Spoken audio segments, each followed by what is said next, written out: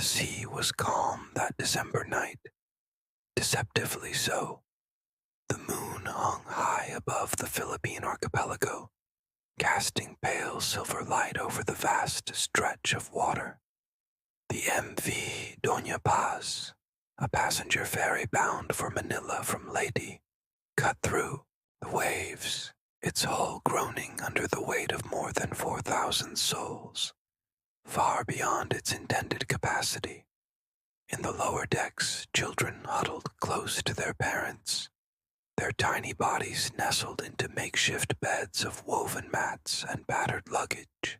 Vendors traveling to Manila with their goods slumped against wooden benches, lulled by the rhythmic hum of the ship's engines. The air was thick with the mingling scents of sweat, salt, and the lingering traces of home-cooked meals from tin, lunch boxes.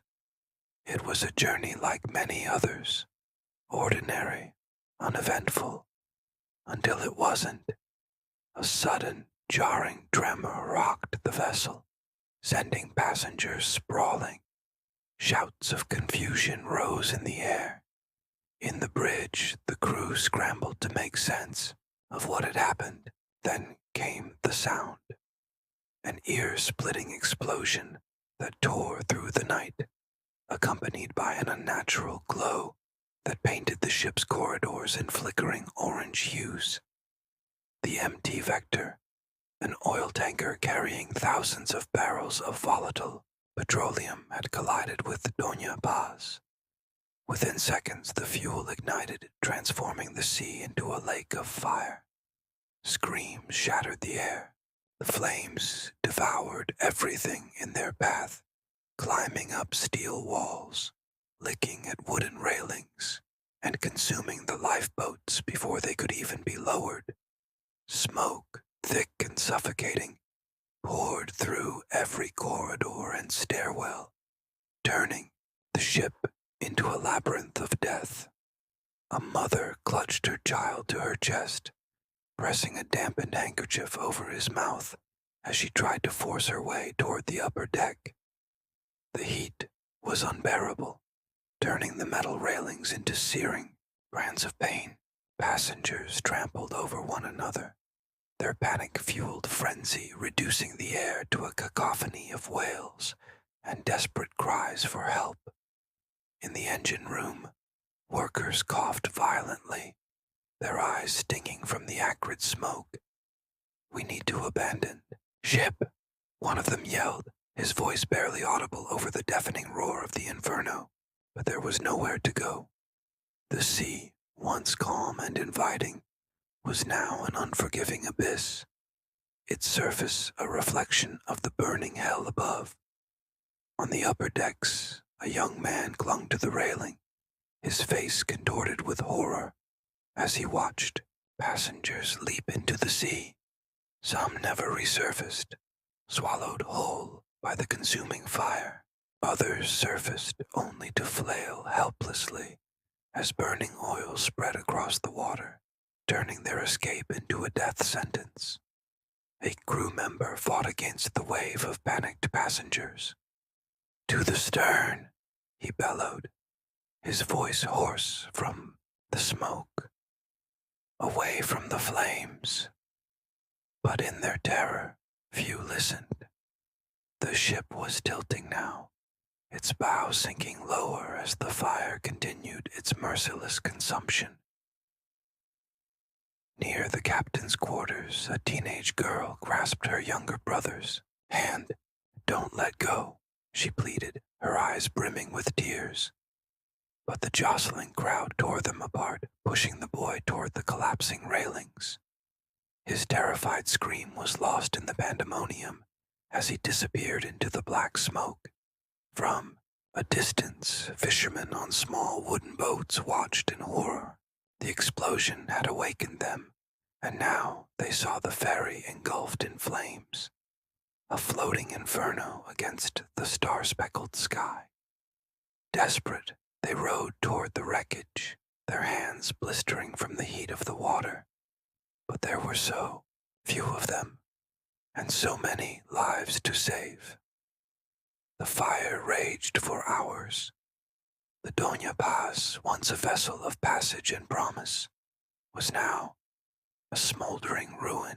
The sea swallowed what remained, leaving behind only charred debris and echoes of the final, desperate cries of its passengers. Of the 4,386 souls aboard, only 26 survived.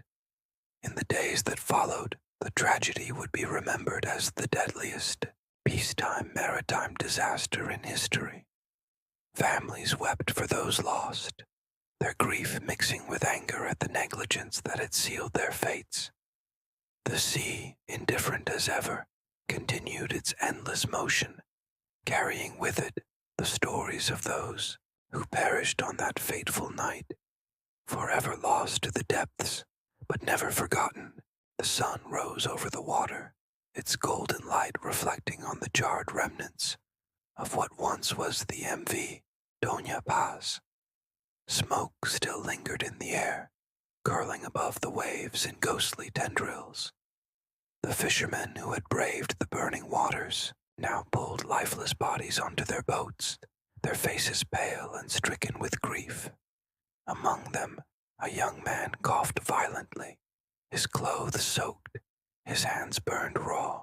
He was one of the few who had made it into the water before the flames consumed the ship entirely.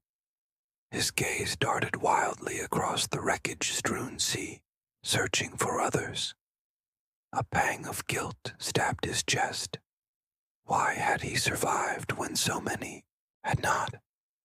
Not far from him, the teenage girl who had lost her brother clung to a floating crate, her face streaked with soot and tears. The last image of her brother, his outstretched hand vanishing into the smoke, burned in her mind. She had screamed his name until her voice gave out, but the sea had stolen him from her. A rescue vessel approached, its crew scanning the water for signs of life. When they spotted the survivors, they moved swiftly, hauling them aboard. Wrapped in thin blankets, the survivors sat in silence, their bodies trembling from more than just the cold. Words felt impossible. How could they explain what had happened? How could they process the sheer magnitude of the horror they had witnessed? Days passed. The survivors were questioned, their accounts documented, but many found it hard to speak. The weight of grief, of loss, of having been among the few to live, settled heavily on them. Some refused to tell their stories, unwilling to relive the nightmare.